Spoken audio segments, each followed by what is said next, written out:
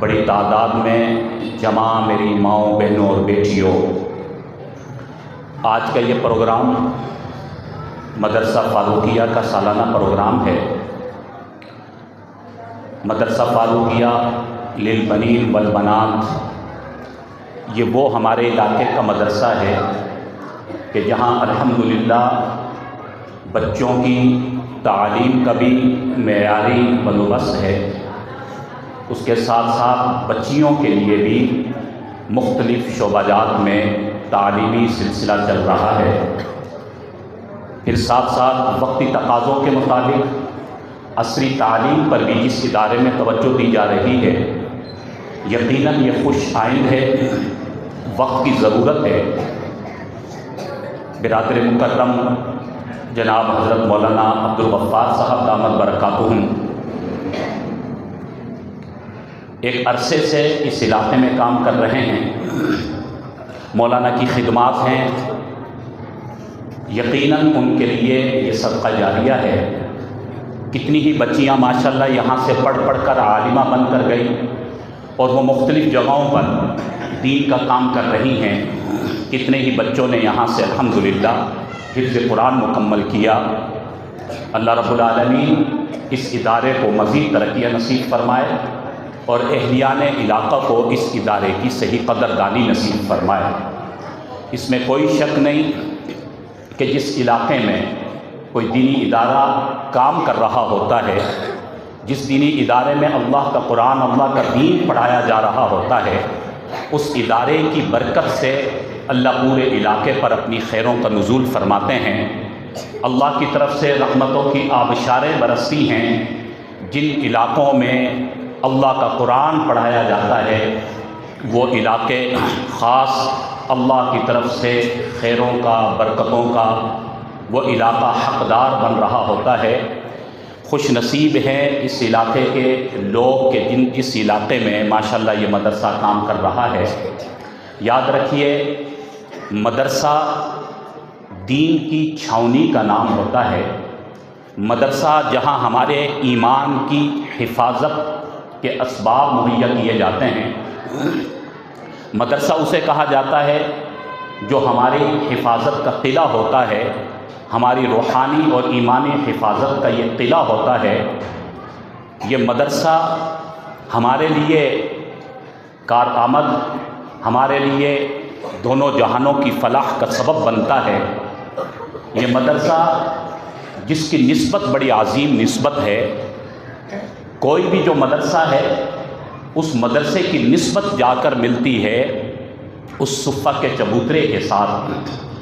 وہ سب سے پہلا مدرسہ جو خود کائنات کے امام الانبیاء، تاجدار کائنات، سرتاج الرسل، امام الکونین، امام الثقلین، رحمت للعالمین، شفیع المذنبین، راحت العاشقین، آمنہ کے در یتیم، عبداللہ کے لخت جگر، حضرت محمد مصطفیٰ سب کہیے صلی اللہ علیہ وسلم نے اس کو قائم فرمایا۔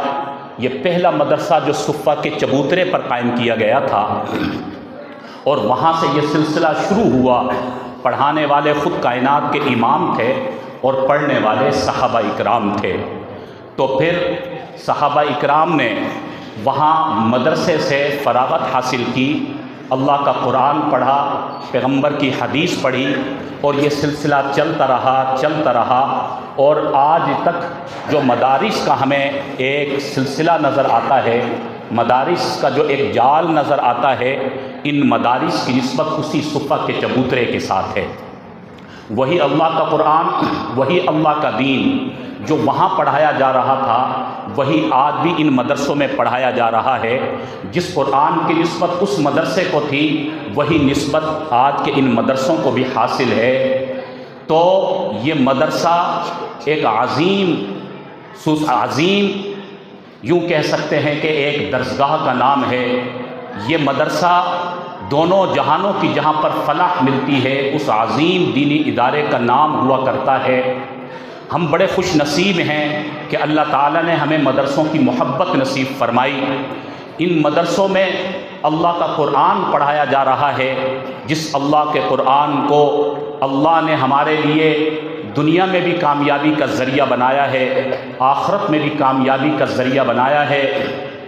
ان ھذا القرآن یہدی للتی ہی اقوم، اللہ فرماتے ہیں ہم نے اس قرآن کو نازل کیا، اس قرآن کے ذریعے ہم قوموں کو ہدایت نصیب فرماتے ہیں، اس قرآن کے ذریعے قوموں کو بلندی ملا کرتی ہے۔ تاریخ ہمیں بتلاتی ہے کہ جب تک امت مسلمہ نے اس قرآن پاک سے محبت کو قائم رکھا، قرآن پر عمل کرتے رہے، قرآن کی نسبت کے ساتھ جڑے رہے، قرآن کی تعلیمات کے مطابق اپنی زندگی کو بنائے رکھا، اللہ نے امت مسلمہ کو سر بلند رکھا، اللہ تعالیٰ نے امت مسلمہ کو کامیاب کیا اور غالب کیا۔ لیکن جب امت مسلمہ نے اللہ کے قرآن کو فراموش کیا، اللہ کے قرآن کی تعلیمات کو چھوڑا، تو امت مسلمہ ذب و حالی کا شکار ہو گئی۔ کسی نے صحیح کہا کہ وہ معزز تھے زمانے میں مسلمان ہو کر، وہ معزز تھے زمانے میں مسلمان ہو کر، ہم خوار ہوئے اس زمانے میں تارک قرآن ہو کر۔ وہ صحابہ اکرام، وہ تابعین تبع تابعین جو معزز ہوئے، اللہ نے ان کو بلندی، عزت، عظمت اور ان کو کامیابیاں نصیب فرمائی کہ وہ قرآن والے تھے، وہ قرآن پر عمل کرنے والے تھے۔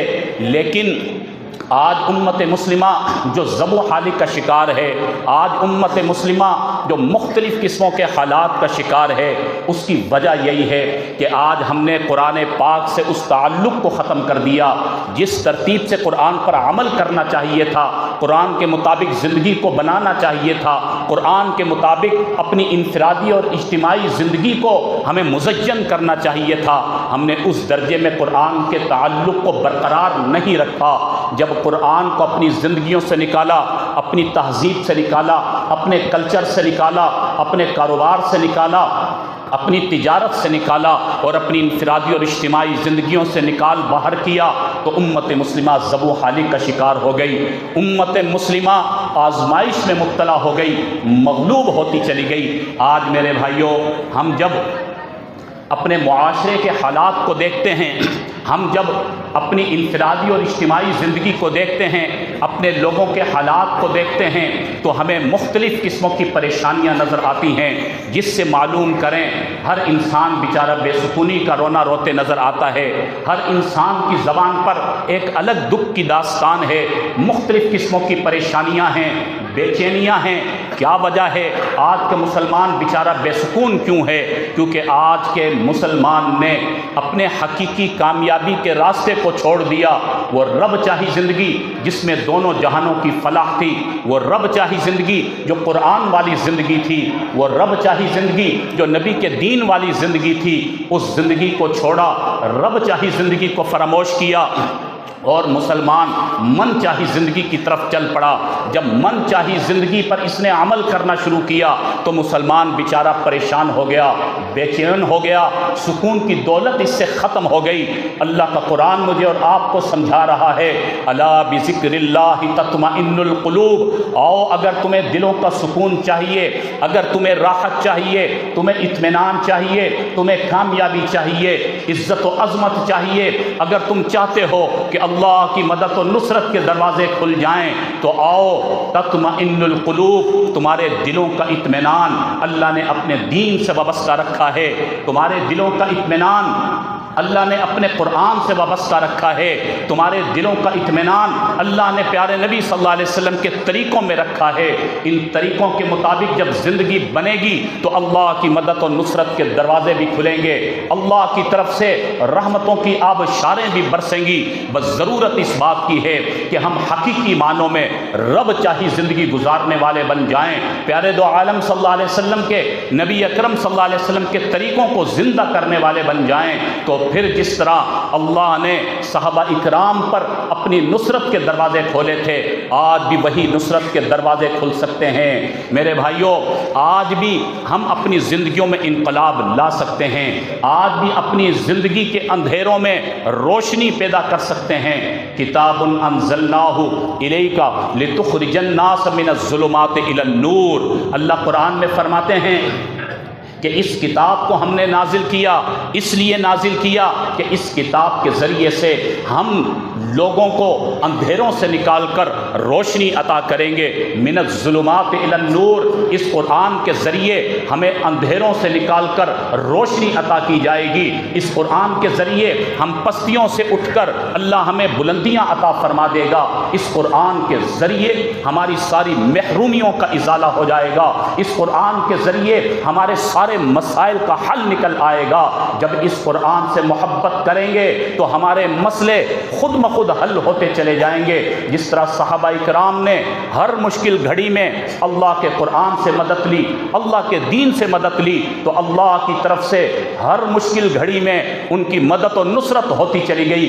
آج بھی وہی اللہ کا قرآن موجود ہے، وہی اللہ کا دین موجود ہے، بس ضرورت اس بات کی ہے کہ ہمارے گھروں میں اللہ کا قرآن کھل جائے۔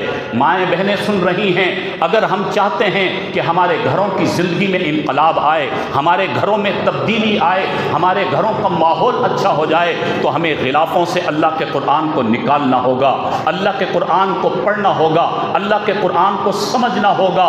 وہ جو مہینوں اللہ کا قرآن غلافوں میں بند رہتا ہے، الماریوں میں سجا رہتا ہے، میرے بھائیوں اور میری ماں اور بہنوں، ہمیں وہ قرآن کو نکال کر اس پر عمل کرنا ہوگا۔